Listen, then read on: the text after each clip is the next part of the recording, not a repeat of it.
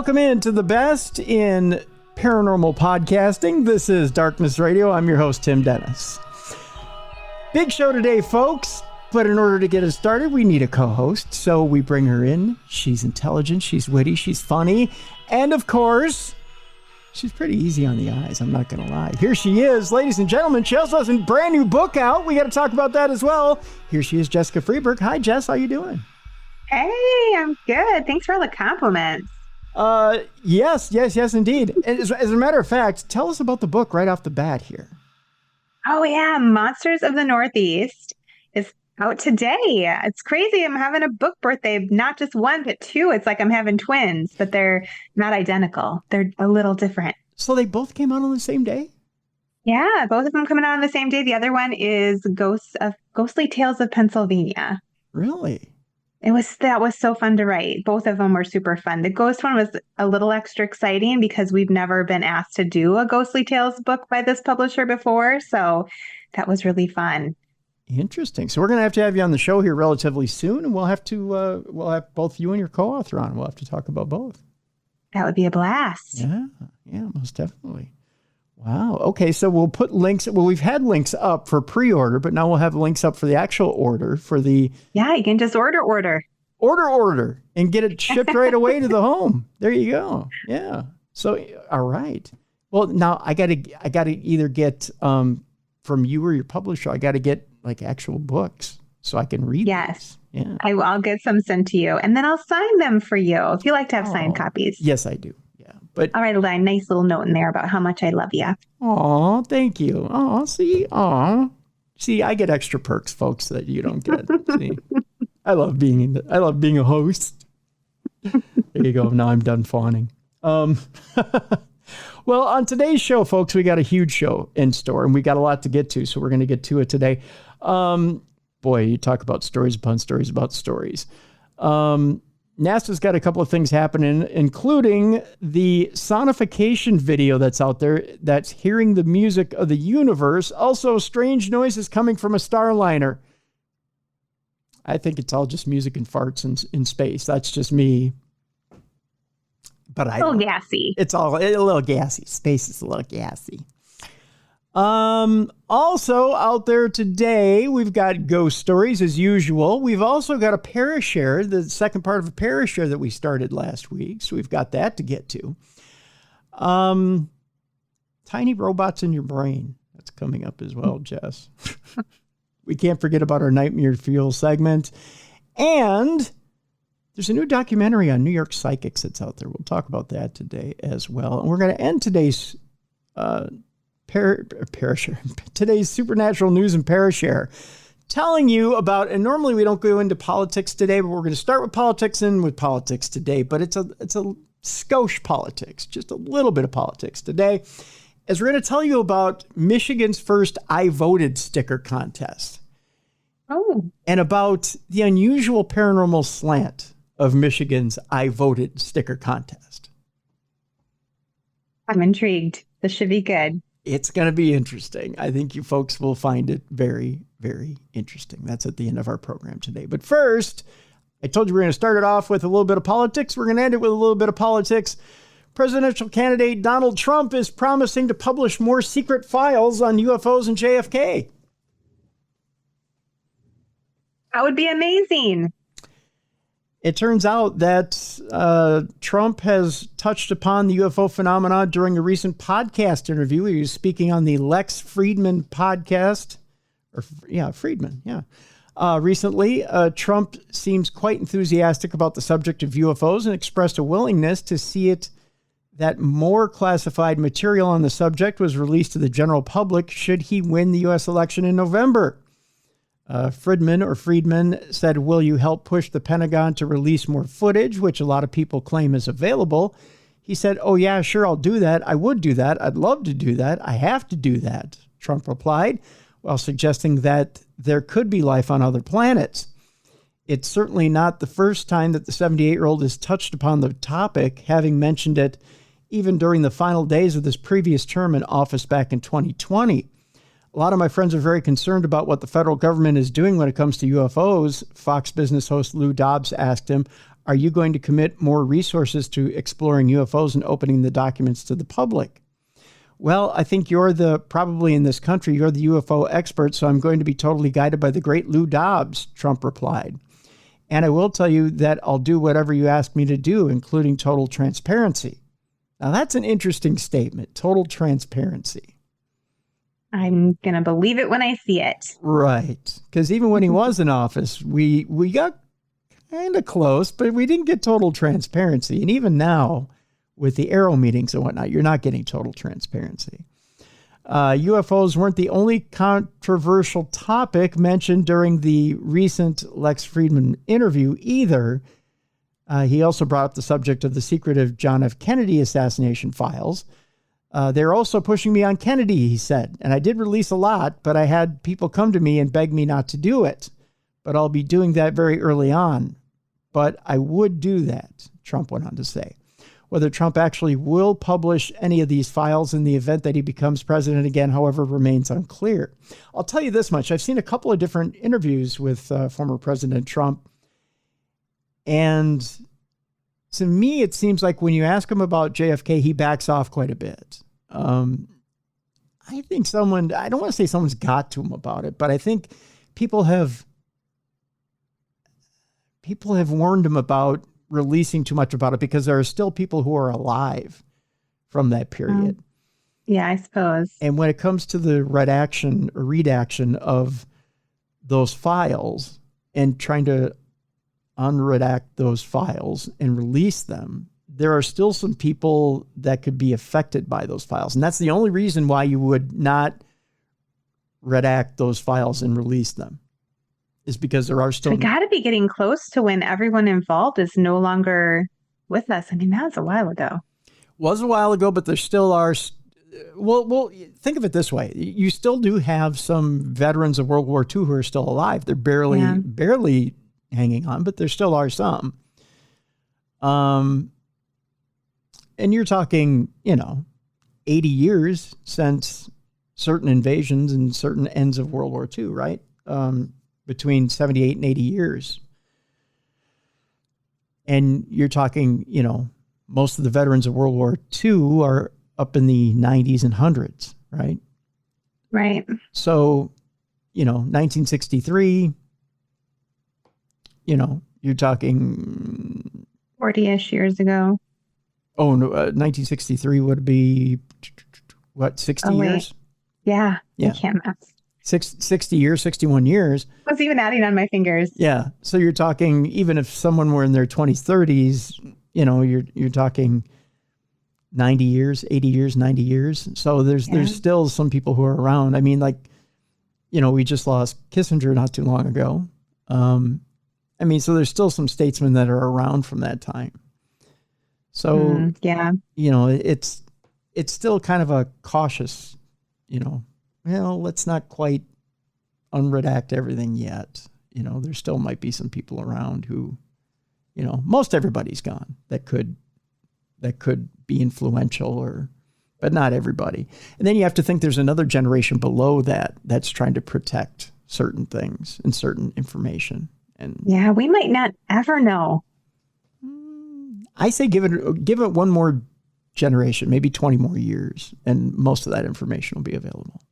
So, all right. So we'll still be around. You and I will be in our retirement homes. Yep. Playing bingo. Going, we want to know about Kennedy. The young folks will be like, what's a Kennedy? So that'll be what it'll come down to, essentially. Well, speaking of alien visitation, Jess, the belief in alien visitation can be dangerous, according to one philosopher. Scottish philosopher Tony Milligan believes that belief in alien visitors is a widespread societal problem.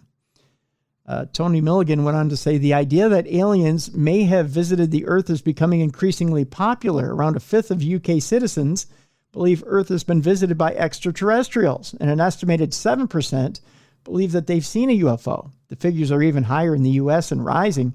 The number of people who believe UFO sightings offer likely proof of alien life increased from 20% in 1996 to 34% in 2022. Some 24% of Americans say they've seen a UFO. This belief is slightly paradoxical as we have zero evidence that aliens even exist. Keep in mind, he's a skeptic. What's more, given the vast distances between star systems, it seems odd we'd only learn about them from a visit. Evidence for aliens is more likely to come from signals from faraway planets. In a paper accepted for publication in the Proceedings of the International Astronomical Union, and this is coming from Tony himself, he says that... He says, I argue that the belief in alien visitors is no longer a quirk, but a widespread societal problem. The belief is now rising to the extent that politicians, at least in the U.S., feel they have to respond. The disclosure of information about claimed unidentified anomalous phenomena, or UAPs rather than UFOs, from the Pentagon has got a lot of bipartisan attention in the country. Much of it plays upon familiar anti-elite tropes that both parties have been ready to use, such as the idea that the military and a secretive cabal of private commercial interests are keeping the deep truth about alien visitation hidden. That truth is believed to involve sightings, abductions, and reverse-engineered alien technology. Belief in a cover-up is even higher than belief in alien visitation. In 2019, a Gallup poll found that a staggering 68% of Americans believe that a U.S. government knows more about UFOs than it is telling. This political trend has been decades in the making. Jimmy Carter promised document disclosure during his presidential campaign in 1976, several years after his own reported UFO sighting. Like so many other sightings, the simplest explanation is that he saw Venus. That happens a lot, he went on to say. Hillary Clinton also suggested that she wanted to open Pentagon files as much as I can during her presidential campaign against Donald Trump. As seen in the video, which is below, which you can't see, Trump suggested that he needed to think about whether it was possible to declassify the so-called Roswell documentation relating to the notorious claimed crash of a UFO and the recovery of alien bodies. Former President Bill Clinton claimed to have sent his chief of staff, John Podesta, down to Area 51 just in case any of the rumors about alien technology at the site were true. It is worth noting that Podesta is a longtime enthusiast for all things known to do with UFOs. The most prominent current advocate of document disclosure is Democratic Senate leader Chuck Schumer. His stripped-back 2023 UAP disclosure bill for revealing some UAP records was co-sponsored by 3 Republican senators. Pentagon disclosure finally began during the early stages of Joe Biden's term of office, but so far there's been nothing to see. Nothing looks like an encounter. Nothing looks close, this according to this philosopher. Still, the background noise does not go away. Here's where he says there's problems for society. He says, ultimately, encouraging conspiracy theories which could undermine trust in democratic institutions. There have been humorous calls to storm Area 51, and after the storming of the Capitol in 2021, this now looks like an increasingly dangerous possibility. Too much background noise about UFOs and UAPs could also get in the way of legitimate science communication about the possibility of finding microbial extraterrestrial life. Astrobiology, the science dealing with such matters, has a far less effective publicity machine than ufology. History, a YouTube channel partly owned by Disney, regularly delivers shows about ancient aliens. The show is now in its 20th season, and the channel has 13.8 million subscribers. The NASA Astrobiology channel has a hard-won 20,000 subscribers. Actual Science finds itself badly outnumbered by entertainment repackaged as actual. Alien visitation narratives have also repeatedly tried to hijack and overwrite the history and mythology of indigenous people. The first steps in this direction go back to Alexander Kazantsev's science fiction tale Explosion, the story of hypothesis in 1946. It presents the 1908 Tunguska's meteorite impact event as a Nagasaki-like explosion of an alien spacecraft engine. In Kazantsev's tale, a single giant black female survivor has been left stranded, equipped with special healing powers. This led to her adoption as a shaman by the indigenous Evenki people. NASA and the space science community do not support efforts such as the Native Skywatchers initiative set up by the indigenous Ojibwe and Lakota communities to ensure the survival of storytelling about the stars. There's a real and extensive network of indigenous scholarship about these matters, but ufologists promise a far higher profile of indigenous history in the return for the mashing together of genuine indigenous stories about life arriving from the skies with fictional tales about UFOs repackaged as suppressed history. The modern alien visitation narrative has not, after all, emerged out of indigenous communities. Quite the opposite. It emerged in part as a way for conspiracy-minded thinkers in a Europe torn apart by racism to explain how complex urban civilizations in places like South America could have existed prior to European settlement. It kind of goes on a little bit about how history has been convoluted by New Age history along with current history. And I tell you what, I'll take this article. It's got a link to the original article by Tony Milligan. So I'll place this in the description of the program so you can read the entire original article too by Tony Milligan. It's quite interesting, but we don't have enough time to go through all of it. So there you go. Our next story, Jess, has to do with NASA offering a strange explanation for strange noises coming from Starliner. The stricken capsule had been making some peculiar noises while docked at the International Space Station. When astronauts Barry Wilmore and Sunita Williams launched aboard Boeing's Starliner spacecraft of its debut crewed mission back in June, they had expected to remain aboard the ISS for around 8 days before returning to Earth. As things stand now, however, a plethora of technical issues with the vehicle has prevented them from leaving, and it doesn't look as though they will be getting home anytime soon. As if this wasn't bad enough, Wilmore reported during the weekend that he could hear strange noises coming from the Starliner capsule that remains docked at the station. He said, "I don't know what's making it." The sounds described by NASA as a pulsing noise, almost like a sonar ping, went on to leave experts scratching their heads and prompted other astronauts to offer their own thoughts. Former astronaut Chris Hadfield, who famously played guitar during his extensive time aboard the orbital outpost, suggested that the sound was particularly disconcerting. He says, "There are several noises I'd prefer not to hear inside my spaceship, including the one that the Starliner is now making." No kidding. That's scary. Yeah. As it turns out, however, the sound is actually nothing to worry about. A pulsing sound from a speaker in Boeing's Starliner spacecraft, heard by NASA astronaut Butch Wilmore aboard the International Space Station, has stopped, according to NASA. The feedback from the speaker was the result of an audio configuration between the space station and Starliner, and it's common to experience noise and feedback. While this particular mystery has been put to bed, it still doesn't help Wilmore and Williams, who remain stranded aboard the space station for the foreseeable future.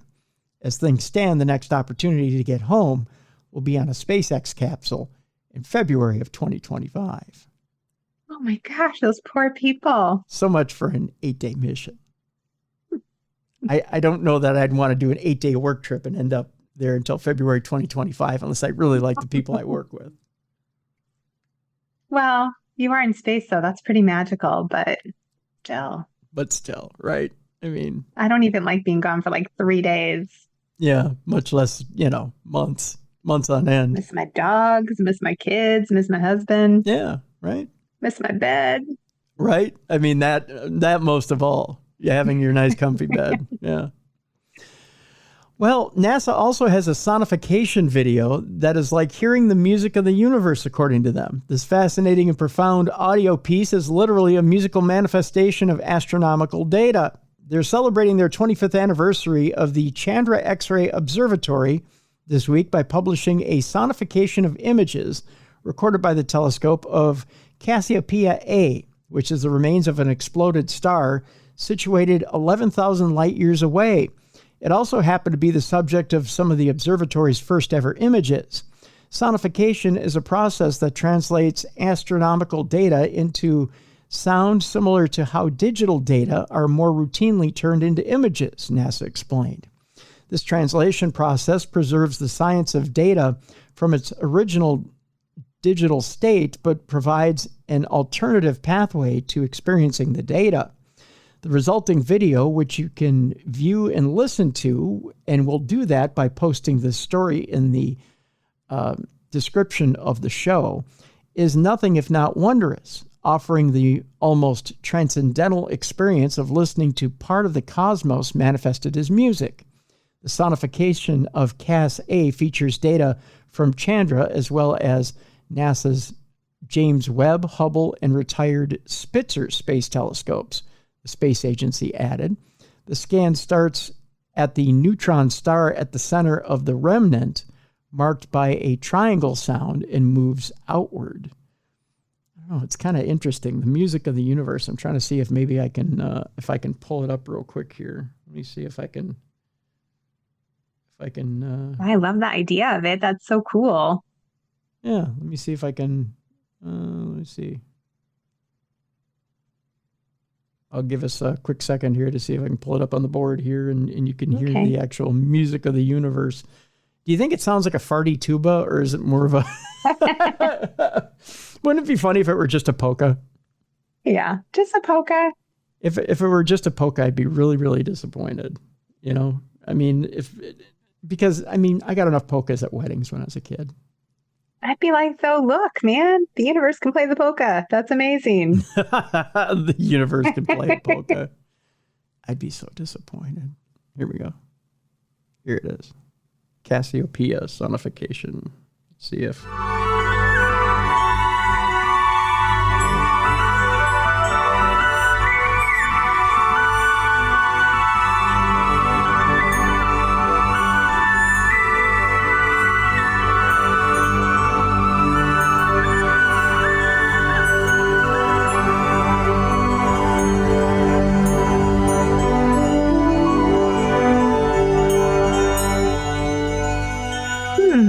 It kind of sounds trumpety, right? With a little bit of triangle, yeah. Yeah. I like it. Yeah, it's not bad. I mean, you know. It doesn't sound like farts. It doesn't or sound polka. like... Or polka. It just kind of sounds... I don't know. It sounds like a movie soundtrack. Yeah, someone should use it for a movie soundtrack. Yeah. Well, we'll still post it in the description of this show so you can get a better listen to it, and I don't know, blast it on your speakers and piss off your neighbors, I guess. It's the best way of putting it. It's better than metal, I guess, or you know, or some rap or whatever. Or polka. Yeah, there's no bad words in it, so. Yeah, exactly. It doesn't have swears in it. The universe is not offensive. Yeah. The universe isn't putting swears in your music, I guess. There you go. It's better than hearing farts in the universe, I guess. I don't know. I like farts in the universe, though. They're funny. Yeah, that would be funny. If it was farts are always funny. Like, if that would have been funnier. I'm just saying. At least God would have had a sense of humor then. Uranus farted. Yeah, Uranus farted. Huh? Would have been funnier if it would have been Venus. Just saying. You wouldn't expect a dainty planet like Venus to fart. But yeah, everyone blames it on Uranus. That's right. But it's really not. It's Venus. It's not. Yeah. Let's move on. Russia had microwave weapons linked to the Havana Syndrome. This according to the NSA. Declassified NSA documents reveal that Russia was known to be in possession of secretive microwave weaponry. The true nature of Havana Syndrome, which is named after a spate of suspected attacks which began in Havana, Cuba, back in 2016, has remained something of a mystery for the better part of a decade. Victims of the phenomena, I have to do that now, otherwise people get upset. Just saying. It's my favorite. Is it? So, I love it. So if I go... Oh no, I can't do that. It's the other deal. Hold on. I have to go to this one right here. Is it this one? Yeah, I have to go phenomena. There you go. Okay. There. We've got it out of our system. Victims of the phenomena. There we go. Typically report symptoms such as fatigue, headaches, and nausea, as well as debilitating long-term health issues that have proven difficult to treat. Official investigations have yielded somewhat mixed results, with some implying that the symptoms could be psychosomatic and others favoring an attack by foreign-directed energy weapons. The latter of these two possibilities has seen something of a boost this week, thanks to the highlighting of a declassified 2014 document by the National Security Agency, which seems to suggest that Russia was known to be in possession of a weapon thought to produce identical symptoms. The file mentions two NSA counterintelligence officials who experienced debilitating brain-related injuries as well as dizziness and cognitive issues after exposure to a suspected microwave weapon. One of the two men, Chuck, I believe it is Gabete, has since died, and the other, Mike Beck, now suffers from Parkinson's disease that he blames on the alleged attack in Russia. The NSA document notes that a high-powered microwave weapon that may have the ability to weaken, intimidate, or kill an enemy over time and without leaving evidence was known to be in the possession of a hostile country to which Beck had traveled during the 1990s. The intelligence information indicated that this weapon is designed to bathe a target's living quarters in microwaves, causing numerous physical effects, including a damaged nervous system, that according to the document. Despite this, however, the NSA has found no concrete evidence that such a weapon has been used. This echoes the difficulties in linking the use of such a weapon to the more recent cases of Havana Syndrome, targeting U.S. officials in Cuba and elsewhere. So could Russian microwave weapons be the key to solving the mystery? They say the search for answers continues. You know, Jess, it was probably a couple of years ago now, we had on a British intelligence agent, a former British intelligence agent, who was very knowledgeable about Havana Syndrome. Yeah. And it was an intriguing program. I want to have him back on the program. Havana Syndrome is such an interesting topic in that you think about how you can be so vulnerable to these microwave emissions and how it can be even wired through your router, because RF energy comes from anywhere. We get it through, we get it through our routers. We get it through anything could be wired up to transmit too much RF or microwave energy to you. And you can be hit with a high dosage of it from anywhere. And it's an invisible weapon. And you can be hit with it. Yeah. I mean, a truck can drive by your place, can park on the side of the road for just a small amount of time, and you could be hit with a microwave energy weapon through your house. So you could just be laying in bed, sitting on your couch watching TV. You can have this energy weapon aimed at you, and then boom, you can be hit with enough microwave energy to fry your brain for a small amount of time, and they can drive off within minutes. Yeah, this is worse than nightmare fuel. Yeah. And scary. It can be done, it can be done by a foreign power. It can be done by our own government. It can be done by whoever. It can be done by a corporation. Anybody can have this technology. And it's been available since the 90s. So it's scary stuff. That's for sure. Tell you what, Jess, let's take our break. When we come back, tiny robots in your brain. Yay! Not really. We got that coming up. We've also got some ghost stories. We got a Parashare story. Yay. That's a real yay. That's a real yay. That we're continuing from last week.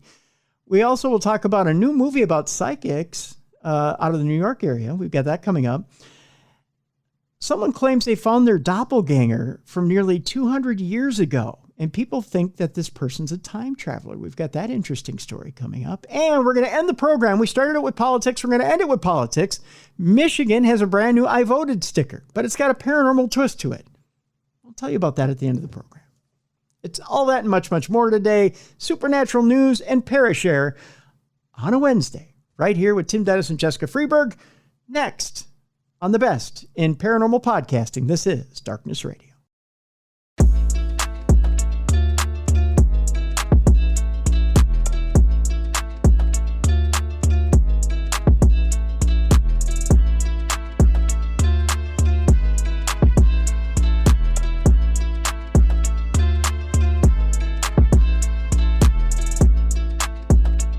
Welcome back to the best in paranormal podcasting. This is Darkness Radio on a Wednesday. Tim Dennis along with Jessica Freeburg. And Jess, not a bad week so far. We had a beautiful weekend. I got to tell you, I was out at St. Patrick's Catholic Church for the Rib Fest this weekend. Gosh, it was a gorgeous day. We had maybe 68, 70 degrees. Sun was shining. We always have a good day for Rib Fest. Lots of wonderful people out there. We went through 33 racks of ribs for Jelly Bean and Julia's in 40 minutes, Jess. Wow, that's amazing. It sounds yummy. Oh my gosh, it was good. And Corey had what he calls the Holy Trinity sauce out there, and they mixed it with a cherry jam. Ooh. And all this in the sauce. It was so delicious. It was so good. I got 2 bones out of it because the ribs went so fast. Here's the thing that I'm a little disappointed in. I'll tell you this much. I was a little disappointed in this. No disrespect to St. Patrick's Catholic Church and the taste buds of the judges, but again, they're a little behind in how good the product actually is, because once again, Jelly Bean and Julia's doesn't win a prize over there. I cry foul. I think that there's a little, let's just say a little politics going on over there as far as the judging goes over there. I think probably so. Yeah, I think there's something's afoot over there when it comes to let's just say donations as far as contestants go. We know who the winner is in our book, though. That's right. You got it right there, Jess. So I'll just say this. If you're in the Twin Cities area and you're around on the weekends, Friday nights, the smoked prime rib dinner, my God, to die for. Absolutely to die for. I mean, you got your ribs, you got your brisket, you got your wings. They're all wonderful. They're amazing. But that top 5 meals of all time, that smoked prime rib dinner is just amazing. Nothing. Sounds glorious. It's amazing. It just is amazing. I'm in such a happy place when I talk about that. I can't tell you how many people I talked to about that smoked prime rib dinner, and they were like, when, where, how? And do you remember tequila berries up in Coon Rapids? Do you remember the salad? Have you ever had a tequila berry salad? No, I have not. Oh my goodness, Jess. Oh, they make a tequila berries coleslaw. It's kind of a sweeter, tangier dressing. And they put it in this coleslaw now, which is just, it's wonderful. You get that, and you get a Boston baked potato, which is actually a baked potato, and then it's deep fried. And when you cut it open, it's just this pillowy baked potato. It's perfect. And it's deep fried in a healthy fat. So it's like an avocado fat along with a brisket fat. So it's not these bad oils, but good oils for you. It's amazing. I'm telling you. When you leave there, you don't have a gut ache like you do when, you go to some restaurants, your belly hurts or you feel bloated. So you got this perfect baked potato. It's absolutely wonderful. Okay, so Jelly Bean and Julia's, enough with the promo. Here we go. 2500 Coon Rapids Boulevard. Look it up, jellybeanandjulius.com. There you go. Okay, so beautiful weekend out at Rib Fest. Wonderful weekend. And then, of course, reading Echo Road. I had a beautiful weekend out on the porch with the chipmunks. You couldn't ask for a better weekend, Jessica. Of course, then AI comes in, right? Yeah. Yeah. Ruins everything. Yeah. You know why? Because they want me to read about robots in your brain.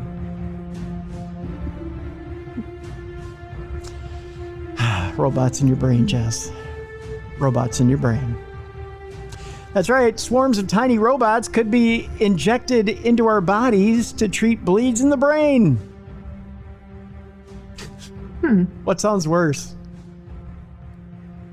Well, I mean, if they help me and keep me from dying, stick them in there. That's cheery. I'm not ready to go yet.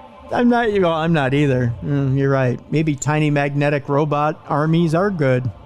But tiny magnetic robot armies could treat bleeds in the brain and open new frontiers in medicine, according to experts. Researchers have created nanoscale robots, each about a 20th in size of a red blood cell, that can be remotely guided as a swarm. That just seems scary to me, though. It is hoped that they could enable precise, low-risk treatments of brain aneurysms, which could cause around 500,000 deaths a year globally. The condition, a blood-filled bulge on brain arteries or on a brain artery that can cause rupture and cause fatal bleeds, can also lead to stroke and disability. The team, co-led by the University of Edinburgh's School of Engineering, carried out lab tests using models of aneurysms and rabbits. Oh, those poor rabbits had to go through an aneurysm? Oh, that's so sad. I don't like it. And then they had to take tiny robots to the brain? Poor rabbits. They engineered magnetic nanobots made up of blood-clotting drugs encased in a coating designed to melt at precise temperatures. Several hundred billion of the bots were injected into an artery, then remotely guided to the site of the aneurysm using magnets and medical imaging.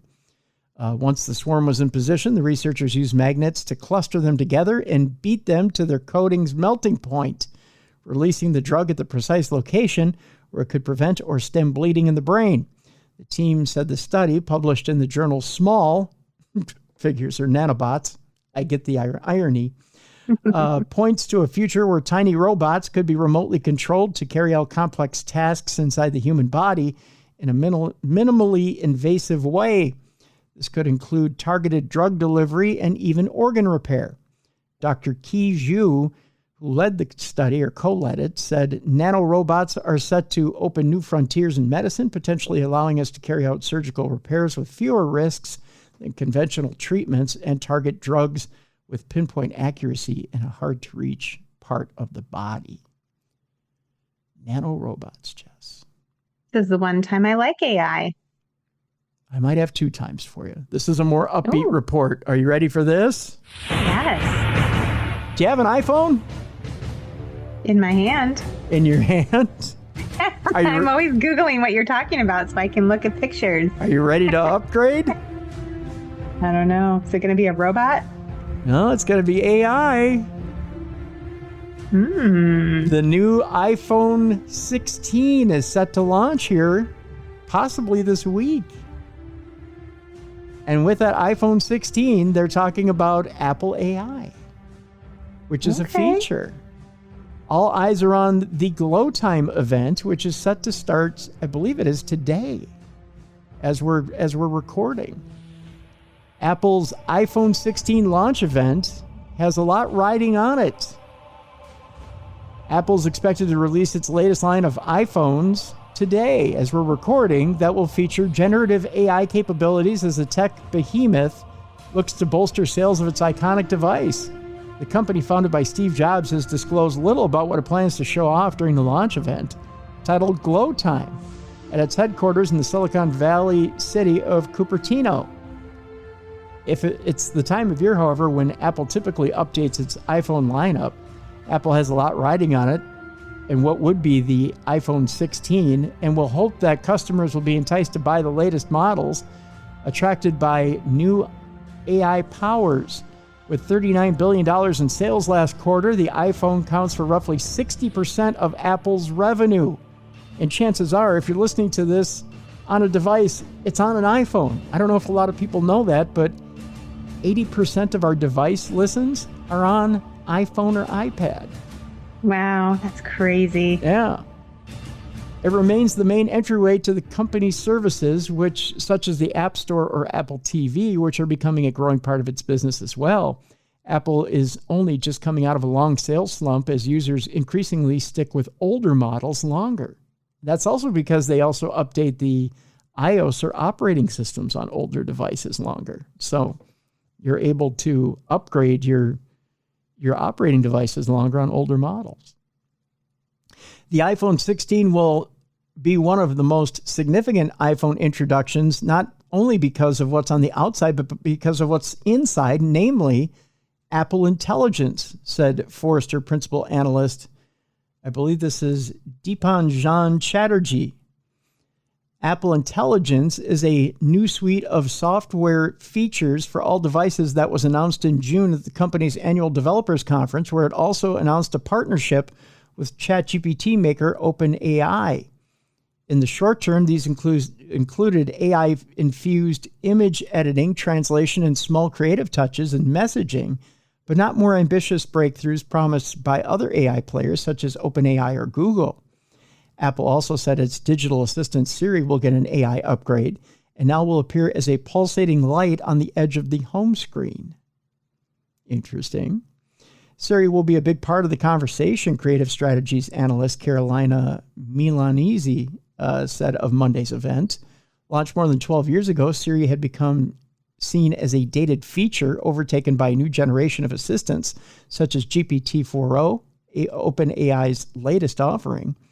Apple watchers predict Apple will introduce iPhone 16 models with custom chips that can power these AI features, including the Siri upgrade.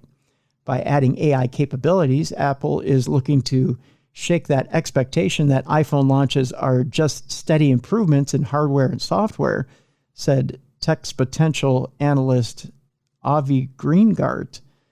Longer term, Apple could dramatically change the iPhone experience with a super-powered Siri working across all the apps, which would be interesting indeed if Siri works across all your apps. Yeah, that would be great. Yeah. They're also talking about Pixel power as well, that they could be AI-infused Pixel 9 smartphones, which is something interesting too, that your actual resolution could go up. But what's interesting is the human eye can only see so much. I don't know if you know that or not, but I was once told that. Yeah, I believe it. And mine can see less and less every year. So it's true. I can pixel it all I want.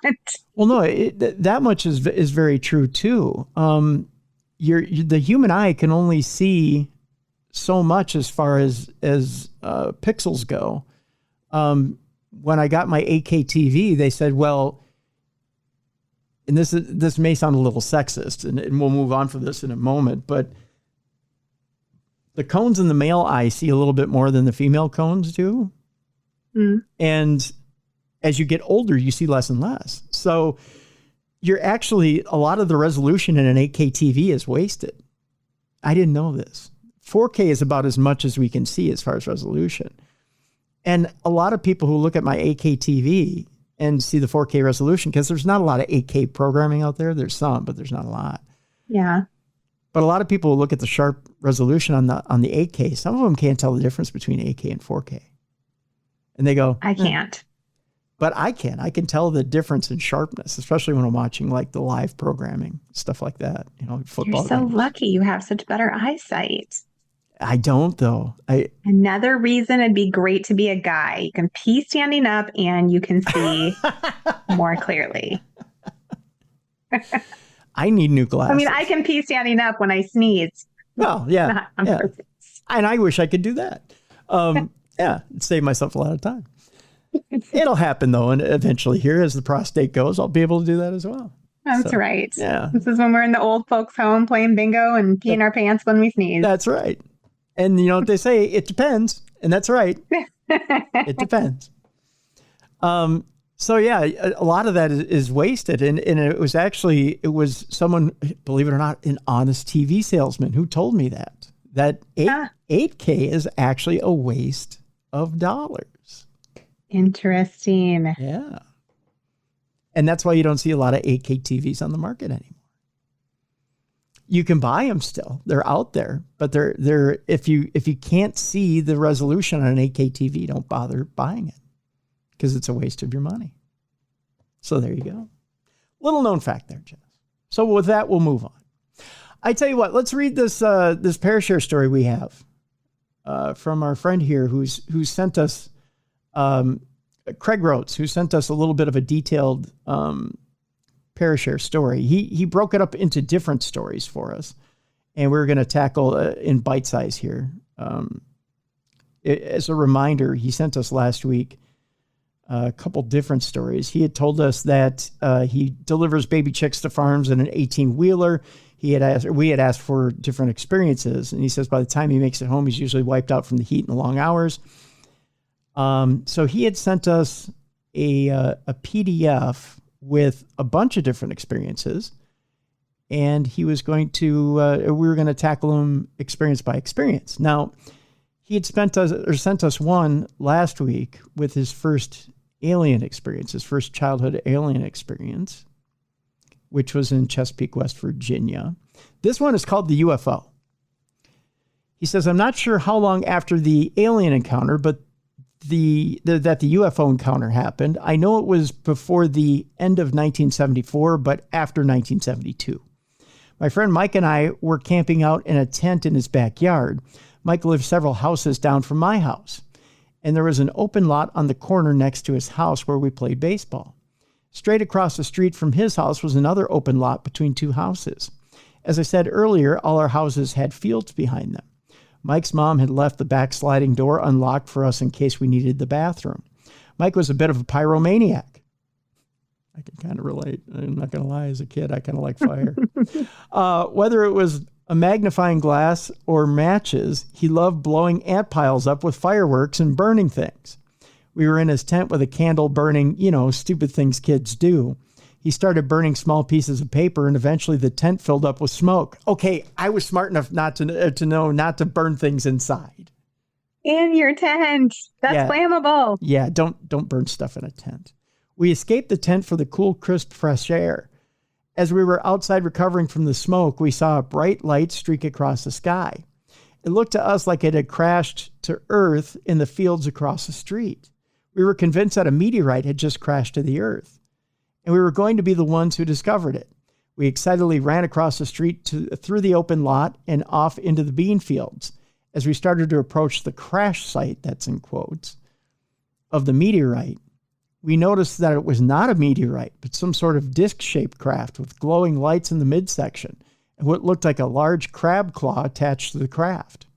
There might have been two, but from our angle, we only saw one. Still excited but cautious, we dropped to our knees and started to crawl closer.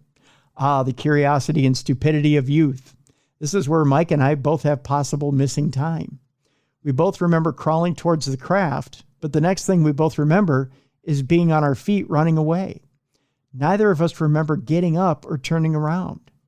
As we were running away, the craft shot up in the air extremely fast. We ran all the way back to his house and went to the side door of his house in the carport, which was locked.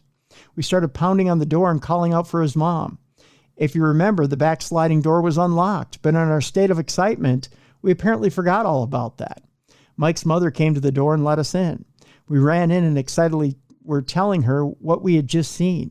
She rolled her eyes, I guess that's a parent thing, and told us to go to bed.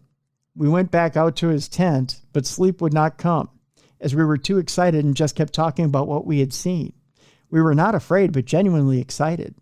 The next morning, we were having breakfast in the kitchen breakfast bar, when over the little radio that his mom always had playing on the counter, the news commentator said something to the effect of, "People are reporting that they saw lights in the sky." One driver reported that it was in the road and had what appeared to be large crab claws. We excitedly told his mom that's what we saw. She stood there in silence with a weird look on her face. We were vindicated. Summer of 1974, my mom moved us to Pensacola, Florida, where my next UFO-like experience happened. And you know what? We can save that for next week. Yay! That is such a cool one. That's like the beginning of a movie I would totally watch. Yeah, exactly. So again, if you have a Parashare experience, you can send it in to us, tim@darknessradio.com if you type it out. If you want to put it on a voice note, you go to darknessradioshow.com. There's a little blue button on the right-hand side of the website. You just click that blue button, leave us your voice note. You have 2 minutes to do so. If you need more time, click it again, rinse, repeat. You got another 2 minutes. I'll stitch those voice notes together. We'll play it here on the show. Or if you have a fancy studio like we have here, make your own theater of the mind. Sound effects, music, voice. I'll review it. If it's passable, we'll play it here on the show. So you have 3 ways of doing it. So there you go. And we will hear from Craig next week. And we'll tell you his next adventure in UFOdom, if that's a word. UFOdom? It is. It is today. It is today. Okay, that's passable. The author and the family says that's passable, at least for today. It won't be next week, but it will be today. Okay, so we'll move on here. We've got some ghost stories and some ghost stories from around the world. And we will start with our first one, having to do with a ghost hunter who's horrified after a haunted church wooden door creepily opens by itself. A ghost hunter was terrified after a door swung open while investigating a supposedly haunted church. Paranormal investigator Tony Ferguson was looking around the 900-year-old St. John's Church in Boldra, Hants, when the heavy wooden door appeared to open of its own accord, sending a chill down his spine. Creeped out, Tony went outside to check. He wasn't being pranked, but found that the graveyard was empty of any members of the living. Video captured on his expedition shows the moment Tony was startled by the noise of the door opening. As he exclaimed, "What the hell?" He then ventures out into the cemetery, calling out, "Hello," and runs around the ancient church to make sure there's no one playing tricks on me, as he said, finding it deserted. He then tells the camera the wind in the church's foyer isn't really that strong, adding, "It's almost like a way of saying get out," as I was walking towards the door. 39-year-old Tony, who's a personal trainer by day, is fascinated by the supernatural and has been hunting ghosts for 16 years. While at the church, he also claims to hear rattling from underneath the pews and banging noises from behind him, as well as noises coming from a woman. St. John's dates from the Saxon age and claims to be at least 937 years old on its site, having celebrated its 900th anniversary in 1987. The site, however, has a history of being a place of worship dating back as far as 2000 BCE. According to its local media, the ghosts of a phantom knight, thought to be 13th century nobleman Sir William de Vernam, and soldiers have been seen marching up the lane before disappearing inside the church. Tony told What's the Jam, "I recently visited alone to see if claims that it was haunted could be substantiated. Ordinarily, I do not investigate churches or graveyards, but if I get requests from several people asking me to check a location to see what is happening, I will visit it to see if I can clarify what's going on. I was heading towards the entrance when the door suddenly opened all by itself. I was shocked as I expected someone to come through the door, and when nobody did, I rushed to see if there was anyone around outside, only to find the grounds empty. Overall, my experience was very bizarre, as there were many things I could not explain." In July, Tony from Lymington also visited the most haunted school in the country in Staunton-on-Wye, Herefordshire. Interesting little story, although here's the problem. I have a slight problem with haunted churches and holy grounds being haunted. Here's a picture of the church right here, Jess. Oh, it's beautiful. Yeah. And that is, it's supposed to be consecrated ground, right? So if it's consecrated ground, why is it haunted? Well, I mean, not all hauntings are bad. So, right? Like, I feel like it can be consecrated ground, and like my grandma could pop in and say hi if I was there or something. But has your grandma really got that much power that she can move things throughout the church? If you ever met my grandma. 4'11", 100 pounds wet. Yeah. Watch out. And she's moving things throughout the church in England, huh? I don't know. I think it's possible. I think because a lot of energies are just, not negative. So sure, they could be around. Yeah. Especially that old. I don't think they could do bad things to you in the church, though. Yeah. Right. So I think you're safe in there. A lot of Hollywood movies would have us believe demons can just march up into a church and start throwing things around. I mean, I find that hard to believe too. I mean, when we get to that point in movies, I kind of roll my eyes. But well, you know what, Tim? A lot of bad things happen in churches. That's true. You got a point there, my friend. That is true. Although I wouldn't consider that consecrated ground either, when you've got scandals and things like that happening there. Yeah. I mean, that's soiled or solid ground at that point. So, yeah. I have another story here. Inside an eerie lost UK village that's home to the ghost of the great lady who haunts drivers. That just sounds like a driving instructor I had in high school. The tiny village has been the setting of ghostly tales for centuries, from a gray lady who haunts drivers to a highwayman who harasses campers. This just sounds like a village in northern Minnesota, to be honest with you. The quaint village of Oxney, covering just over 300 acres, carries a history that spans thousands of years and is steeped in eerie tales. A piece from Bygone Kent, published in July of 1983, encapsulates the local dread linked to this location. It implies that famed authors Henry James and Edgar Allan Poe would have had difficulty finding a better setting for any of their ghost stories. The article also cites a wagon master exclaiming, "I was always again coming by Oxney rather. I told him no good would come on it." Really? The site's past remains somewhat veiled in mystery. What we do know is that the parish of Oxney is approximately 1,000 years old and was documented in the Domesday Book.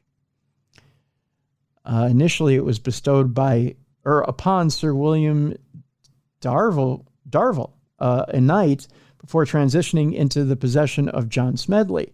The church, dedicated to St. Nicholas, was constructed until the Middle Ages and originally belonged to the pre-monastery, I butchered that, pre-monastrate, I can't do it, Jess. The word is this long. I just can't do it today. I need to sound out my words here. Premonstrate. Sounds like something teenage girls have to go through. Yeah, it does. Yeah. It sounds like it involves a change of life talk is what it sounds like. Yeah. I'm not going to try. Am I in my sex ed class again? What happened? I went back in time. Yeah. Premonstratean canons of Langdon Abbey. Close. Perfect. Nailed it. Yeah, close enough. The abbey was suppressed. Someone's going to write into me. The abbey was suppressed during the dissolution, causing the church to fall into ruin. Edward Hastings' History and the Topographical Survey of Kent notes that by 1800, the site was being utilized as a barn. Reports Kent Live. Despite its rundown condition, there are records of burials at the site. As recent as 1931. So there you go. And I still can't move my page for some reason. So there were burials as recent as 1931. There you go. Until this thing moves. It's been taken over by ghosts. Which will happen from time to time on my iPad. The ghosts will take it over and say, "We don't want you to read anymore." They're mad because you butchered the name. Yes, Tim. They said you should know what monstrateneal whatever is, right? Elsewhere, campers in the Oxney Woods have reported an unshakable coldness and an inability to light a fire despite perfect weather conditions. Again, northern Minnesota. It's also here where sightings of a masked highwayman have been reported. These encounters may not be too shocking given that in the 18th century, Oxney Bottom, I've had Oxney Bottom a time or two, I'll just tell you that right now, was a notorious hangout for highwaymen. One particularly infamous one was actually hanged on the gibbet here. Yikes. It's thought he's the one haunting the area, occasionally seen peering out from the windows of the old manor house. So there you go. Interesting story. This next story was sent in by a listener of ours, Jess, and this is actually kind of freakish. Okay, so we all have our different fears, right? Yep. I have a fear. I have a couple different fears. One is that somebody will accidentally pronounce me dead, put me in a body bag and shove me into like a morgue and slam the door shut on me, into one of those little drawers. Yeah, that's legit. Yep. Or being buried alive. No. I forget which movie it is where they bury the person alive and they've got the little bell and that they're ringing the bell constantly and they're scratching on the inside of the coffin. I forget which movie it was. It was recent and it drove me nuts. Like I had to shut my eyes, white knuckle the edge of my chair because it was that much gripping fear in my body. And when I saw it, it freaked me out. It wasn't one of the Insidious movies. I'm trying to remember which it was, but it drove me nuts. This story has to do with a hospital telling a woman's family that she checked out when she was actually dead. So it was the opposite of that. Oh. Yeah. And of course, what do they show in the picture? One of those morgues. Oh, no. This story is your worst nightmare. It is, isn't it? That turned around. Yeah, but turned around, yeah. The family of Jessie Peterson, a 31-year-old woman from California, has filed a lawsuit against Mercy San Juan Hospital in Sacramento, alleging negligence and mishandling of a corpse. Peterson, who had type 1 diabetes, was admitted to the hospital on April 6th of 2023 due to a diabetic episode. She died 2 days later from a cardiac arrest while suffering from diabetic ketoacidosis, according to her death certificate. However, the hospital allegedly told Peterson's family that she had left against medical advice. How do you not know somebody dies and that they didn't leave the hospital? That's so bad. That's horrible. The family spent a year searching for Peterson before they were informed by the Sacramento County Sheriff's Office in April of 2024 that she'd been found dead at the hospital. That long? Okay. That is insane. They spent a year looking for this woman. She was at the hospital the entire time. Man, that is a lawsuit. Yeah. Now, according to the lawsuit, the hospital had moved Peterson's body to an off-site storage facility without notifying her family. Huh? So they knew, they moved her off-site. They didn't say, oh, by the way, we found your loved one. We're moving her off-site. Huh? This is bananas. This is a new fear for us now, Tim. Now we have to worry about this too. Yeah. The family's attorney, Mark Greenberg, stated that the hospital was required by California law to issue a death certificate within 15 hours and to contact the next of kin, neither of which they did. The lawsuit describes the hospital's conduct as malicious and outrageous and accuses the facility of negligence, the negligent handling of a corpse, and negligent infliction of emotional distress. The family is seeking more than $5 million in damages, as well as a jury trial. In response to the allegations, Dignity Health, which operates Mercy San Juan, said in a statement, "We extend our deepest sympathies to the family during this difficult time." Really? You didn't cause that difficult time? Yeah, that's not enough. No. They also said, we're unable to comment on pending litigation. Is it because you're guilty? You big assholes. That's all I got to say about that. That's so bad. Oh, all right. Moving on. There's a new A24 documentary exploring the world of New York psychics out there. It's called Look Into My Eyes, and it follows several psychic mediums as they provide intimate readings for their clients. Interesting. A24's new documentary, Look Into My Eyes, follows the activities of several psychics in New York, and it doesn't try to push one view or the other, but instead offers a more balanced overall impression, providing the viewers with the opportunity to make up their own minds. The documentary, which debuted at the Sundance Film Festival earlier this year, is directed by Lana Wilson, who describes it as an invitation to think about the role of art and performance in our lives. Look Into My Eyes sets its gaze upon a group of New York City psychics as they conduct deeply intimate readings for their clients, revealing a kaleidoscope of connection, healing, and the eternal need to have witnesses to better see ourselves. Early impressions of the documentary have been positive, with reviewers praising its sensitive approach to the subject, in particular regarding those grieving lost loved ones. Look Into My Eyes will get a limited release this week and will be more widely available in the near future. Interesting stuff, that's for sure. I don't know. What do you think, Jess? A movie about psychics. I'd watch it. Yeah. I think it's interesting that it's trying to stay neutral. In at least trying to present somewhat of a skeptical view I think Yeah, that's it's more journalistic that way, right? Yeah. I think I'll check it out. Look into my eyes, it's what it's called. So this story talks about a doppelganger from nearly 200 years ago and how one woman says she found her doppelganger, yet people are convinced that she's a time traveler because of it. Lindsay Bolus was left stunned after discovering a picture of her lookalike from 200 years ago while searching her ancestry online. This is where people get into trouble. The whole ancestry thing. They say, look, I found a picture of my ancestor from 200 years ago. Look at this. And looks just like me. Right. Well, and you would think so, right? Because that's your lineage. You would think you would tend to look like your ancestors, right?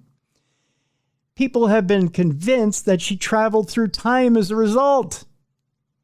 Come on, folks. This is where you get people who get a little off. We want to believe so much. Yeah, right. Now, a woman has gone viral on TikTok after discovering a picture of her doppelganger, which is her own great-great-great-great-grandmother. Which, believe it or not, folks, sometimes there are some strong genes out there that travel down the genetic pathways, right? Lindsay Bolus said she was researching her ancestry online when she stumbled upon a photo of a woman with the same face as her. The 28-year-old said she had an uncanny resemblance to Mary Beckwith, who was her fourth great-grandmother on her father's side and lived from 1805 to 1873. Comparing pictures of herself to Mary, Lindsay amassed more than 4.6 million views of the clip and left users convinced that she's a time traveler. I thought the resemblance was shocking, Lindsay said. She told What's the Jam, I found the picture on Ancestry when I was looking for my family members on my paternal side. I know her name is Mary Beckwith, and I was able to find out she was born in New York and died in Wisconsin. She had one son. Her husband, Abraham Bolus, was a surgeon in the Civil War. But that's all I really know about her. I feel like we have a special connection with her. Lindsay from Wisconsin shared the clip of herself next to the picture of Mary online, showing off the incredible resemblance. Found a pic of my fourth great-grandma, and I have her face, she penned in the caption. It prompted one TikTok user to respond, "Girl, that's you. Welcome back." Another agreed, "You are her." A third added, "Oh my God, you look exactly like her. It's uncanny." While a fourth alleged, "I don't buy it. You are a time traveler." Elsewhere, another user theorized, "They say you reincarnate into the same families." Another person concurred, "This screams reincarnation. Like you honestly can't deny. It's scary. You are her." Identical, one user agreed. And someone else said her soul needed to come back, and here you are. Now, I'm going to show Jess this picture. I'm going to try to blow this up a little bit. You tell me, Jess, did she come back into this lifetime? Wow, they do look exactly the same. That's pretty wild. I don't know that I think that she's reincarnated, but she definitely, the genetics came through. Genetics are very strong. They look very similar. I don't know. Genetics are science, and science is tangible. And I mean, it's not that I don't believe in reincarnation, though, because there's too much evidence of it. Sure, right. But, I mean, they're very similar. Yeah, they are. Yeah. Wild. Yeah. And again, if you're listening to this on the podcast, you can watch the video at darknessradioshow.com. You can see the picture. I may share it too. I may share it in the description of this program, but it's an interesting picture, isn't it? It's pretty cool. Yeah, it is. I mean, and I, as far as I go, a lot of relatives have stopped me and said, "You look exactly like your grandfather, Chester." And like I've been stopped at funerals and they go, "Hey, Chet," and they grab me by the shoulder and go, "Oh, I'm sorry," and don't realize that I'm not him. Right. But genetics are strong. But again, bald hair, glasses. And I have that same build. I have the same barrel chest and everything. Yeah. So, I mean, but we both existed in the same timeline at one time. So, and there's only 2 generations between us. So there you go. This next story has to do with a bizarre video reportedly showing a goblin that attacked a farm worker. What do you think about goblins before we get into this, Jess? I love them. I love me a goblin. Do you think they exist in the modern world? I think that there are interdimensional beings that exist in another plane that sometimes come through. I do kind of think sometimes energies present themselves to us in a way that makes sense to our mind. And so does that make sense? Yeah, that makes sense. Yeah. So if you believe in goblins, it might present itself as a goblin. Okay. Well, this extremely strange story is out of Argentina this week, and it pertains to an alleged attack by a goblin-like creature, in which surely is a contender for bizarrest story of the year. A young farm worker whose name has been withheld for privacy reasons had reportedly been out in the field somewhere in Argentina on August 31st when he was attacked by a mysterious assailant who fell from above out of nowhere. The entity, which initially took humanoid form before apparently turning invisible, reportedly dragged him violently from his tractor for several meters, leaving him bruised and unconscious. Later, when he came around, he told one of his fellow workers what had happened and showed off a number of nasty wounds that he claimed to have sustained during the attack. It wasn't long before the Argentinian media had picked up on the story, with news reports referring to the mystery creature as a goblin, elf, or ukumar, which is a name for an ape-like creature of local legend. The incident has also become associated with a piece of video footage that has been doing the rounds on social media, which shows a small goblin-like creature running around next to a vehicle.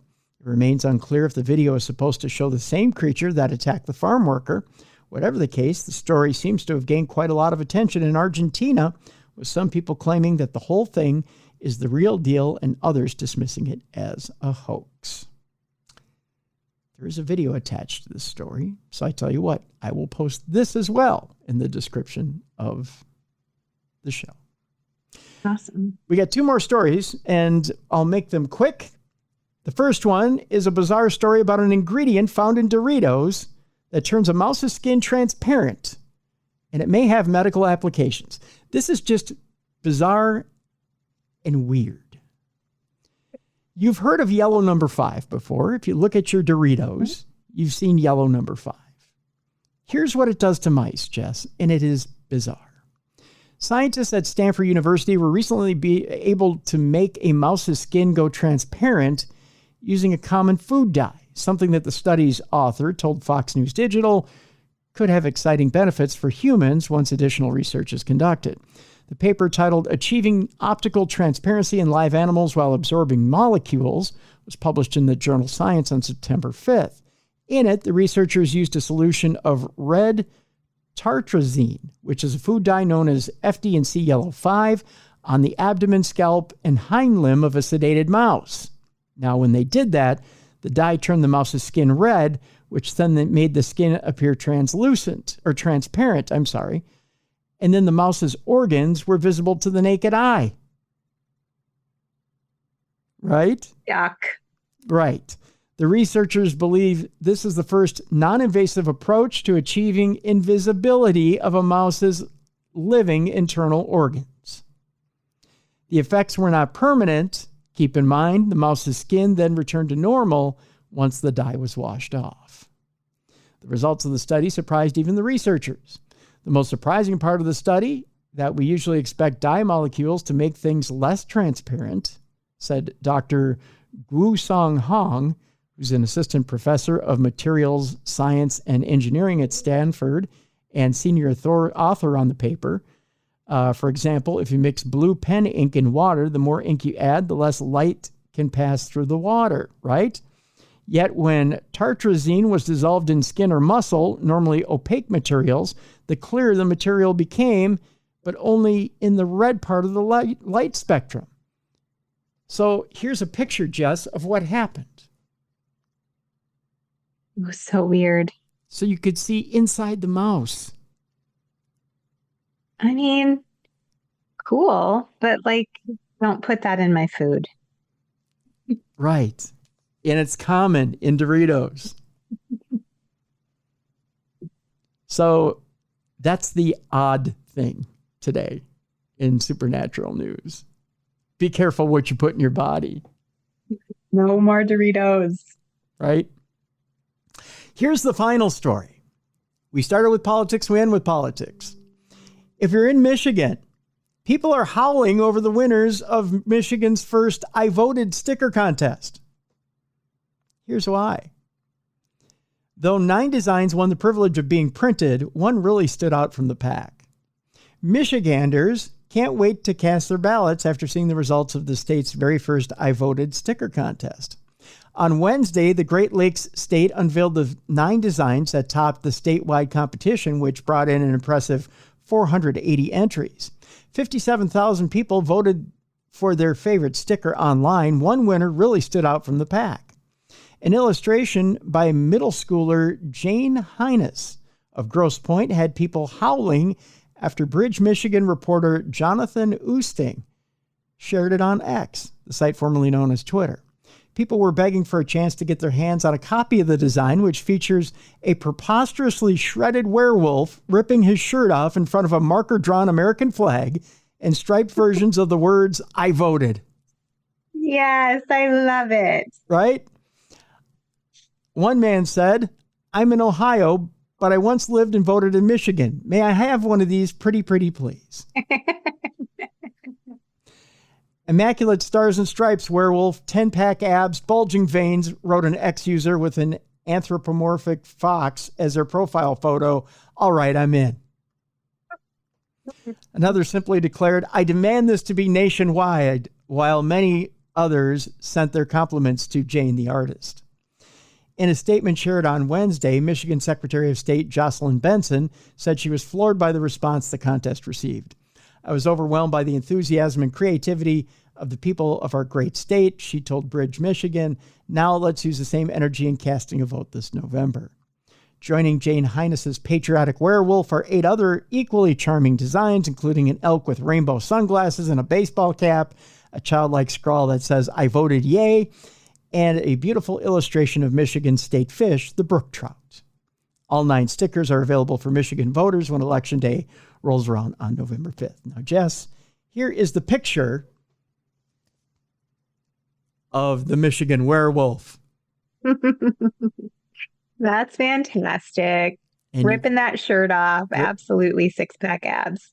That's right. And you can get that if you're in Michigan on Election Day. And that is how we end Supernatural News today.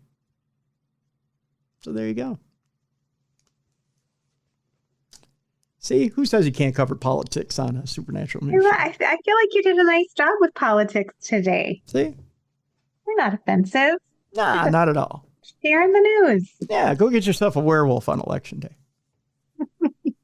See, we did that with our stickers here in Minnesota. I go, not that I won't go vote. I will go vote, but just saying. I'm only voting if they give me a werewolf sticker. That's right. So if we could get Michigan to ship us some of those werewolf stickers, I think we'd have a better turnout. Or put the rock on the ballot. Those are my requirements. That's right. Or put the rock on the ballot. One or the other. That's right. That's right. All right. So, Jess, you have got 2 new books that are out now for people. Yes. Yeah. Yes. Their birthday is today. That's Oh, no, right. yesterday. Well, it would have been yesterday, but that's okay. Yeah. So tell people They're all still about them. babies. That's right. They're still babies. They're preemie. Not preemies. They're newborns. They're full term. They've been baking for like a year. That's right. So tell people about the books and where they can get them. Yeah, Monsters of the Midwest and Ghostly Tales of Pennsylvania. You can find them on Amazon or Barnes & Noble, wherever you prefer to buy your books. And if you live in those areas, you can find them in bookstores, probably in gift shops. But Right on. if you prefer to shop in a store. Or there's a link in the description of this program so you can get those books as well. Also, Jess, you've got a discount still for those trips that's up? Yes, I have the event at the Palmer House in November, and Darkness 20 will still get you 20% off of your tickets. There you go. So follow those links that are in the description of this program so you can get the books and you can come see us out at the Palmer House. So there you go. There you go. All right, folks, I teased you yesterday, and I'm going to tell you today who's on the big program tomorrow, and that would be Richard Estep, good friend of ours. He has a brand new book out called In Search of Demons. It's on Llewellyn Press. Boy, is this a star-studded book, I'll tell you. He's got people like Jason Hawes in it, Michelle Belanger. And he takes a skeptical side of demons. And literally, the book is about being in search of demons. Do they exist? Are we overblowing the phenomenon of demons? And demons in our society, and what role do they play? So tomorrow, we're going to be talking to Richard about his 1-year journey into writing this book and what he found in this book, which is very interesting. He went to different paranormal authorities and different paranormal, I hate to use the word experts, but that's what we'll use, and got their perspective on demons and whether they believe they exist. So, interesting book. It's a very interesting book. Very cool. Yeah. So that's tomorrow on The Big Show. Richard Estep, In Search of Demons, right here on Darkness Radio. So that'll do it for today for Supernatural News and Parashare. I want to thank you guys for joining us. Check out darknessradioshow.com. There's new stuff in the store. And again, check out Jess's books and pick up her books. Sign up for the trips. And be right back here tomorrow for Richard Estep, In Search of Demons, on the best in paranormal podcasting. You've been listening and watching Darkness Radio.